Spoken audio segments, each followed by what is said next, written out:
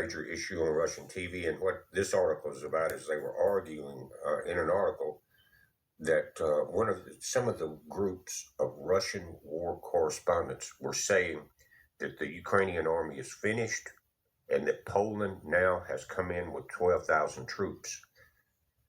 So what does that mean? And that's what you're looking at here. That means that NATO is now involved. And what will happen? As soon as Poland gets hit, which they did, they brought in a whole brigade that got eliminated.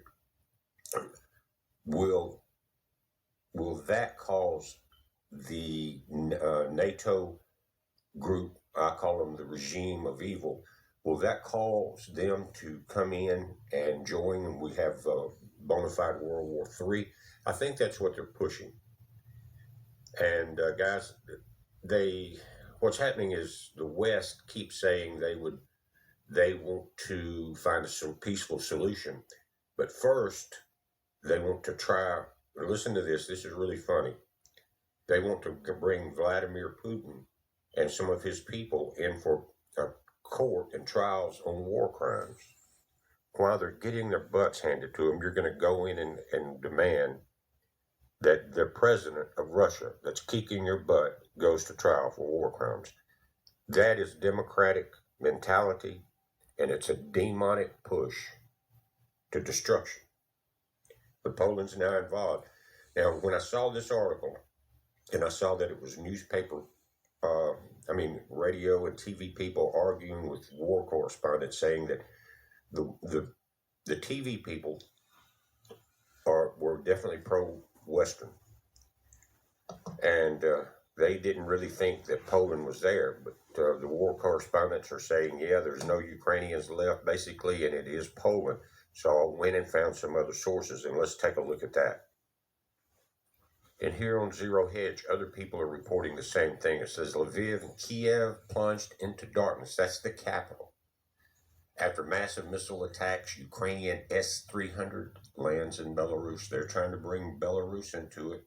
I've already brought Poland into it, but Belarus now is on Russia's side. Ukraine has been hit with a massive attack of 120 missiles across the country Thursday. Its military and presidency office said December 29th. Massive missile attack. The enemy is attacking Ukraine from various directions with air and sea-based cruise missiles from strategic aircraft and ships, Ukraine's Air Force said in a public statement. Guys, they are burying Ukrainians, other people that have come in there to fight, and Poland has had to create massive, it looks like Arlington, cemeteries for their dead. It says the enemy is attacking again Ukraine from various directions. It marks the largest barrage of missiles since there was weekend talk from both sides of mutual openness in getting to the negotiating table. Ukrainian leadership floated the proposal of a UN brokered talk by the end of February, but its insistence on Russian officials facing war crime tribunal first was seen in Moscow as not serious and a non-starter. They don't want peace talks. The UN does not want peace talks. They are a demonic force set on destruction. The military-industrial complex is getting filthy rich on the blood of these young men and women. Here you're looking at social media footage showing missile contrails over Kiev. You see some fire in the background over there. It says, regardless, at this point, Thursday's fresh aerial attack effectively slams a door shut on the possibility of talks. There was no door open. Now, according to one of the Zelensky aides, it says by the evil Russian world to destroy critical infrastructure and kill civilians en masse. And that's what Ukraine's been doing to the nations or the regions north of there that would not join them. We're waiting for further proposals from peacekeepers about peaceful settlement. Well, you're talking to the wrong group. Security guarantees for Russian Federation and undesirability of provocations. Thus, with the obvious sarcasm, Zelensky's office has clearly signaled talks at this point are all but an impossibility from his point of view. Guys, do you realize how stupid some of these proposals are? Zelensky probably is not in Ukraine. He's probably in his house in Florida. I have some breaking news for you guys, and I hate to really give you this news, but it is official now that NATO has entered the war. We have direct confirmation from Russia, and I've been telling you this for a long time, but evidently a lot of people don't want to believe the truth. But according to Russian media, there are 15,000 Polish regular army troops now on the front lines in Ukraine. I'm going to read you all the evidence. I'm going to read you the information. But these are not mercenaries, folks. These are not mercenaries. They're not volunteers. This is the Polish regular army, which Poland is a member of NATO. So how is this going to progress? It's not going to progress very good. We've been talking about this a long time, that NATO would have to enter the war to save Ukraine from being totally defeated, and it looks like that's what's happened.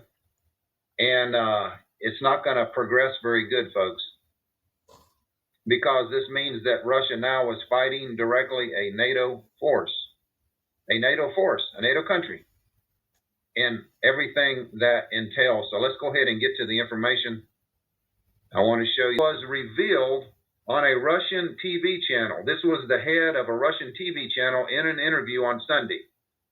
She said that she has war correspondents that are in Ukraine right now on the front lines, and her war correspondents have told her there are no longer any Ukrainian soldiers on the front lines. They're all regular Polish soldiers. And Poland, folks, if you don't know already, is a full-fledged member of NATO. They're a member of NATO. I told you from the beginning that Russia is not fighting Ukraine. Russia is fighting NATO in Ukraine. And a lot of people keep saying, how can Russia beat the United States and Europe when they can't even beat a little country like Ukraine, a little poor country? Folks, they're not fighting Ukrainian military. Russia has been fighting since day one, NATO trained, NATO equipped, CIA run war. The CIA and our intelligence agencies are giving Ukraine top-of-the-line information from our satellites. Our special ops soldiers are directing probably the multiple launch rocket systems, the HIMARS, and other high-tech equipment that we've given them, folks. We've proven to you over and over again, there are American soldiers, there's French special forces, there are German soldiers, there's Israeli soldiers, and now the Polish regular army. And Russia's saying from this interview, her war correspondent is telling her there are at least 15,000 regular Polish soldiers on the front lines that Russia is fighting right now. Folks, Russia could have rolled over Ukraine in probably 2 or 3 weeks or less if they were just fighting the Ukrainian military. They're not fighting the Ukrainian military. Russia is fighting the biggest and the brightest of NATO has to offer. All NATO's latest weapons, all the intelligence from our intelligence agency are being given to the Ukrainian commanders. Our CIA is directing sabotage attacks against places like the Ingalls Air Base. Folks, we're running the war. The United States, Britain, France, Germany, NATO, we are running the war in Ukraine. You have to understand that this is not a fight about Ukraine. It has nothing to do with Ukraine. This fight has to do with destroying the Russian army in Ukraine using NATO soldiers. So I'm going to bring you another article that at least 1,200 Polish soldiers have been killed since the start of the war. Poland has been there from day one, folks. They even erected a cemetery in Poland just for the dead coming back from Ukraine. So let's go ahead and give you another article. I'm trying to give you the evidence that this war is about to expand to a whole new level, and the United States of America and NATO is not going to back down, folks. NATO's not going to back down. The United States is not going to back down. And Russia is not going to back down. There's only going to be a one winner of this war. Whoever wins the war in Ukraine will probably be the lone superpower. So